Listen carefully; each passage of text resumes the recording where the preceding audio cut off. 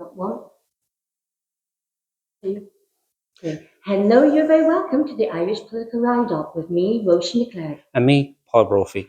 And we're here, Roisin, with Councillor Sean O'Hargan of the Labour Party here in Kilkenny. We're at the Count Centre here in Carlow, Kilkenny. And Sean, you've been running the tallies for the parties and the cross-party tallies, and it's looking pretty comprehensive for Catherine Connolly. Absolutely, yeah. Look, we're on 62% of the vote with 63% of the boxes tallied so far. We're just down into South Kilkenny, and that's going to change because we have a number of Ferry Bank boxes coming in. We have substantial boxes coming in from Callantown, from Thomastown, and from Graignamanagh. So I think there's a likelihood that percentage will increase. But even if it doesn't, we're very happy with where we're at.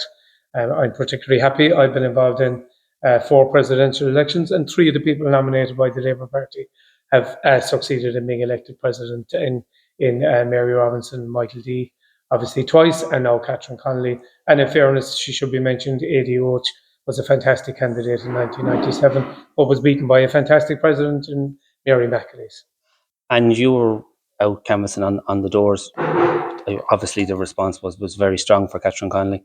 Absolutely, and I think, as the campaign went on, I think she impressed people more. She has a very clear voice. I think she was very clear on her values.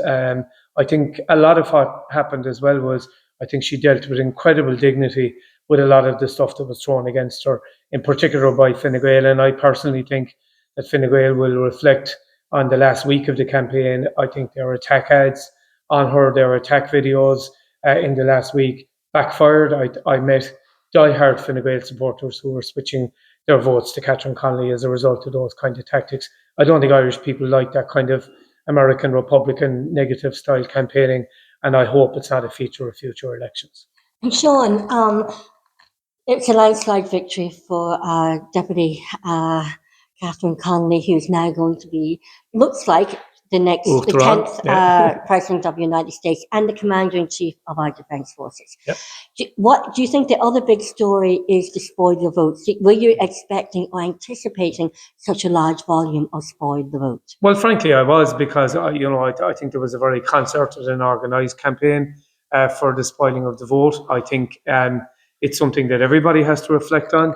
I'm concerned about it. Obviously, there's 12% or 13% of the electorate in Carlow, Kilkenny who didn't feel that they could vote for any of the candidates. I think the withdrawal of Jim Gavin and the way that things panned out for Fine Gael in the last number of weeks added to that. But, I think the reality is, from my own perspective as a councillor, I sat and listened to 13 of the candidates. I wasn't happy that any of the 13% of those 13 candidates, to be frank, deserved a place on the ticket. Their values certainly didn't align with mine. But I think, we have a system. Everybody forgets that until 1990, we always had 2 candidates. In 1990, we finally got 3 candidates when Mary Robinson broke the mould and won that election. But since then, we've had a larger pool of candidates. It's obvious what happened. Fianna Fáil and Fine Gael decided on this occasion that their councillors weren't going to facilitate a candidate which wasn't one of their own. I suppose over the last number of elections where you did have multiple candidates, Fianna Fáil and Fine Gael weren't standing their own candidates. So in a way, it freed up their councillors to decide to support independent candidates. But, there's a lot to reflect on that. But at the same time, it is 12 or 13% of the electorate. 87 or 88% of those who went out and voted, I suppose, for the candidates that were in place.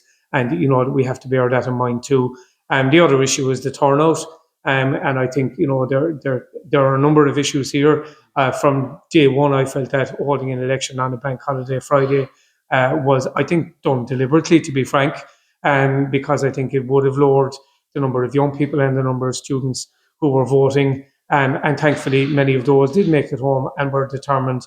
And the campaign that we ran, I think, was a very youthful campaign. It was very similar to the marriage equality campaign, very similar to the Repeal the 8 campaign, and I think it enthused and energised people. And we hear a lot about young people being switched off from politics.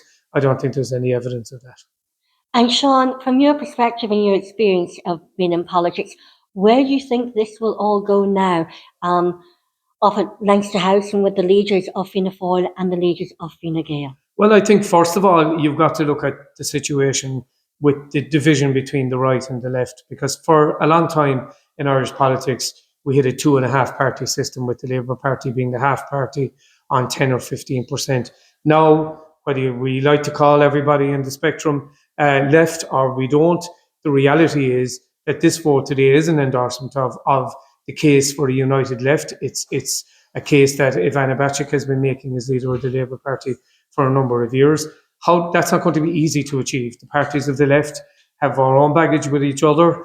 We very often haven't gotten on with each other. And of course, there's a huge question for a lot of Labour Party members is, do we now accept that Sinn Féin is part of the mainstream left in Ireland? And do we see it coming together, not just of ourselves and the Social Democrats, who are the centre-left parties, but does that extend to people be for-profit? Does it extend to Sinn Féin? And does it extend to independent left-wing supporters as well around the country? But, if you look at European politics, we might be 30, 40 years behind other countries. In France, Mitterrand brought the left together at the end of the 70s. In Spain, the socialists brought the left together in the 1990s. Obviously, the Labour Party in Britain and other countries like Sweden have had a clear left-right divide for a very long time. So that's going to be interesting to see. In terms of what happens within Fianna Fáil and Fine Gael, I suppose I'll give the political answer. That's a matter for Fianna Fáil and Fine Gael. We won't be worrying about it today or tonight. We'll be celebrating. But I think, certainly, I think Micheál Martin's attempt, and I couldn't understand it. It was an anybody but Bertie on the ticket. And he ensured that he didn't get Bertie on the ticket. The problem was his approach then was to go out and to look for a celebrity candidate outside of the Fianna Fáil party. And as we saw, his own party reacted very negatively to that. And, Billy Kelleher made a very strong case, got a very strong vote. And from the time when he got such a strong vote within the parliamentary party, it was obvious that a lot of Fianna Fáil people weren't happy. I suppose Fine Gael will look back and they'll say Mairead McGuinness probably would have had a very strong chance of winning the election. And let's remember, it's the only election in the history of the state that Fine Gael have never won. They have never won the presidency since the state was founded. And at that time, the Labour Party has nominated 3 winning candidates. So, that's a reflection from that perspective. What it means for Simon Harris, what it means for the party, I'm not sure. But I think there will be a lot of questions and a lot of discussion for those of us that are political anorex over the next few weeks. And Sean, we can't leave this broadcast of this interview without mentioning our sincere, deepest sympathies to the loss of, especially to Sadie Kelly and to her family. And there's also, she played such a huge part in the Labour Party nationally and locally in Carlow, Kilkenny. Absolutely. Well, I mean, Sadie, I said it at her funeral mass, and she spent 69 years as a member of the Labour Party. Her first political action was to canvass for Jimmy Pattison, who was Seamus Pattison's father, in her first election when she was. There's a bit of an argument as to whether she was 14 or 16, but she was 14 years of age. She supported Seamus Pattison. Subsequently, she supported Michael O'Brien and Des Hurley as general election candidate. She supported obviously Anne Phelan, who became a TD at that time, and then supported myself in the most recent elections. And that's a lifetime of service. Sadie was a wonderful person, so warm and hospitable. We all got cups of tea in her house. And I forgot to say, all of the council candidates, she would have had a huge loyalty and faithfulness to people like Joe Cody and Tony Patterson, and to people like Mary Fitzpatrick and myself and others. And she would have gone outside the city and helped support all of the other candidates throughout the constituency. So a very sad day for us, but a life very well lived and a peaceful ending, as her family said, after 10 years of struggle with illness. And, we will remember Sadie everywhere. And as you said, not just at national level. I saw lovely messages from Ivana Bacik, from Billy Spears, who's our General Secretary. I got lovely messages from Pat Rabbit, from Alan Kelly, from Brendan Howland, and the other former party leaders, Joan Burton, saying how much they regarded her. She was a driving force in Labour. Women was hugely driven by the need for the involvement of women in politics.